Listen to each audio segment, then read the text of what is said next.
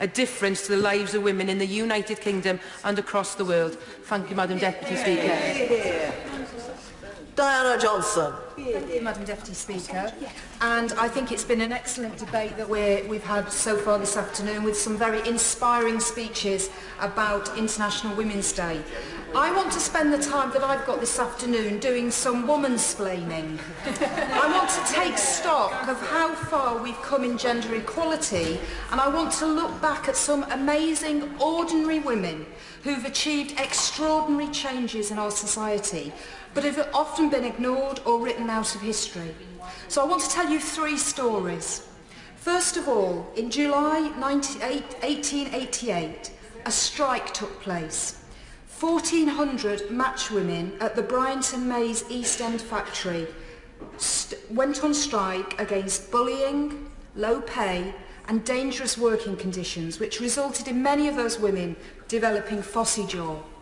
The second story is about the June 1968 equal pay dispute by 187 women machinists at Ford's in Dagenham. And my third story, also in 1968, is about the campaign by the Hessel Road Women's Committee in Hull, led by 4 great local women, Lily Ballocker, Yvonne Blenkinsop, Mary Denness and Christine Jensen, and they campaigned to improve safety at sea for trawlermen. Now, Hull in 1968 was one of the world's largest fishing ports, but there was a dark side to that industry. A trawlerman was 17 times more likely to die in an industrial accident at sea than the average worker. It was the most dangerous occupation on earth. 6,000 men had died at sea in the years before 1968, and when a further 58 trawlermen were lost on the St. Romanus, the Kingston Peridot and the Ross Cleveland trawlers between January and February 1968, it became known as the Triple Trawler Disaster, and those lost were the husbands, the sons, the brothers, the uncles and the nephews of the women in Hull. And as Lily Ballocker said after that Triple Trawler disaster, enough is enough. And she started a campaign to improve safety for their menfolk. Now, all of the 3 stories that I've just mentioned of determined working women getting organised and taking a stand share 3 similar characteristics. First of all these women took action that shocked the society of their time and offended some. Each went against the view that women shouldn't have views of their own or the will to take action. And I have to say at this point that I was thinking of the maxim, well-behaved women rarely make history. So, in 1888, late Victorian England, matchwomen were dismissed as little more than ignorant young women, largely of Irish immigrant stock, who were easily led astray by outside militant forces. And the 1968 Dagenham women machinists fought as much against the TGWU establishment of the time, tepid at best, in any support for equal pay, as much as they fought against the Detroit bosses of Ford's. And Hull's Headscarf Revolutionaries shocked the nation and knocked the Vietnam War off the front pages of newspapers with their 10,000 name petition, their local marches and their picketing of the dockside. They took the fight to Westminster and met Harold Wilson. They threatened to picket his private home if their demands to improve safety were not met. And they did this in the face of death threats, actual violence and insults from trawler owners and others. They were described as hysterical women, and they were told they shouldn't get involved in men's business. And this was, of course, all before social media, and we know now how threats and insults are used to try and put women down and stop them from standing up for the issues that they care about. Now, secondly, all these women achieved far more in a very short period of time than men supposedly campaigning for the same causes achieved over decades. So the 1888 bow strike lasted only around 14 days, but it won more progress than the men had achieved in decades before. And the ripple change throughout the wider labour movement was even more profound, from the match women's strike, because the following year we had the 1889 dock strike in East London, spawning more politically active new unionism.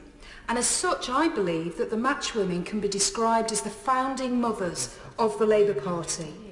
And the 1968 Ford Dagenham strike lasted just 21 days. And like the match women and the Headscarf Revolutionaries in Hull, they brought their case to Westminster and won. Resulting from this strike, Labour's Secretary of State for Employment and Productivity, the wonderful, the marvellous Barbara Castle, introduced the 1970 Equal Pay Act. And although we all know in this House that the battle for equal pay goes on, the Dagenham women overturned decades of stalling on pay equality. And in Hull, as one of the Headscarf Revolutionaries, Mary Denness, said, they had achieved more in 6 weeks than the politicians and trade unions have in years. Their campaign persuaded the government to adopt their demands in the Fishermen's Charter, which meant full crewing of ships, radio operators on board every ship, improved weather forecasting, better training, more safety equipment, and a mothership with medical facilities to accompany the fleet. These ordinary, yet extraordinary, Hull women, led by Lily Bollocker, a cod skinner on the docks, saved thousands of men's lives by their short campaign of direct action. And thirdly, all the victories won by these women were then obscured in the history books for decades and even written out. The 1888 Bow match women, though recognised by leading trade unionists at the time, were soon written out of history for the entire 20th century. Bow 1888 was downplayed in its significance. Many claim the strike was led by a more establishment figure, Annie Besant, who I think people would describe as the Polly Toynbee of her day.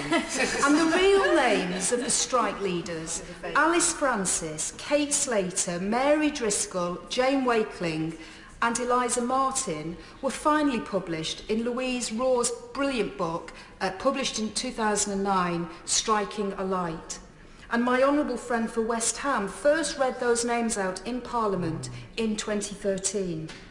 Now, the story of the 1968 Dagenham Ford women slipped from view for decades until the 2010 film Made in Dagenham raised its profile again. And it is a delight that some of those original women have now seen the recognition they deserve in their lifetime. Now, I want to conclude by returning to the story in Hull of the Headscarf Revolutionaries.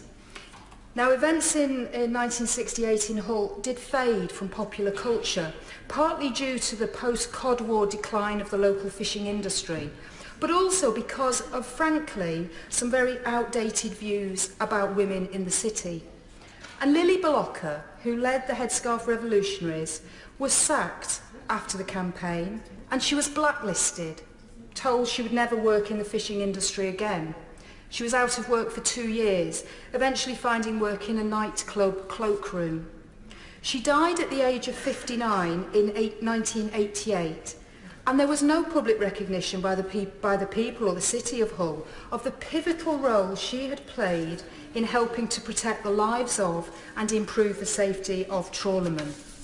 So, despite that huge victory for safer working conditions, before today, Lily Bollocker's name has only ever been mentioned in this House once, on the 25th of March 1969 by James Johnson, no relation, a local Hull MP, and sadly, just in passing, no proper recognition or tribute to what she and those other women did. So it was great to see that the story of the Headscarf Revolutionaries was brought back to life in Brian Lavery's 2015 book, The Headscarf Revolutionaries, and more recently the excellent BBC4 programme based on his book, as we mark this year the 50th anniversary of the triple trawler disaster. Now, very interestingly, Hull has granted freedom of the city to many notable citizens over the years.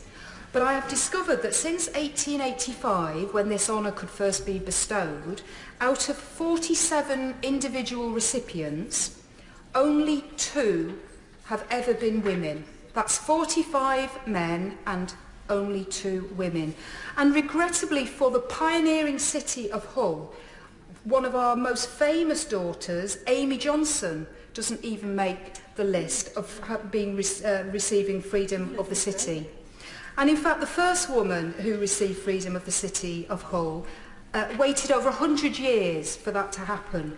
So Janet Soosman, a wonderful anti-apartheid campaigner, received the award in 1987.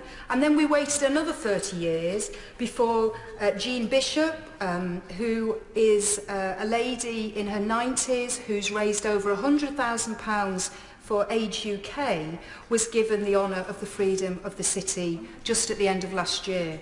So today, along with the other 2 Hull MPs, I'm calling on Hull City Council, Madam Deputy Speaker, to honour the leading women of the Hessel Road Women's Committee by making them all free women of Hull. 50 years after that triple trawler disaster, Hull needs to properly recognise these women. We've had wonderful theatre plays, we've got murals for the women in the city, but we need to make sure that they get the tribute they really deserve. And as the Headscarf Revolutionaries achieve changes in both locally in the fishing industry, but nationally in terms of health and safety practice, they should also, I believe, be recognised nationally too. And that's why all 3 Hull MPs are backing Ian Cuthbert's campaign for Yvonne Blenkinsop, sadly the only surviving member of the Headscarf Revolutionaries, to receive an honour. It's just not on for these wonderful heroines from Hull to be overlooked any longer. And in Lily Bolocker's own words, enough is enough. Time to act now.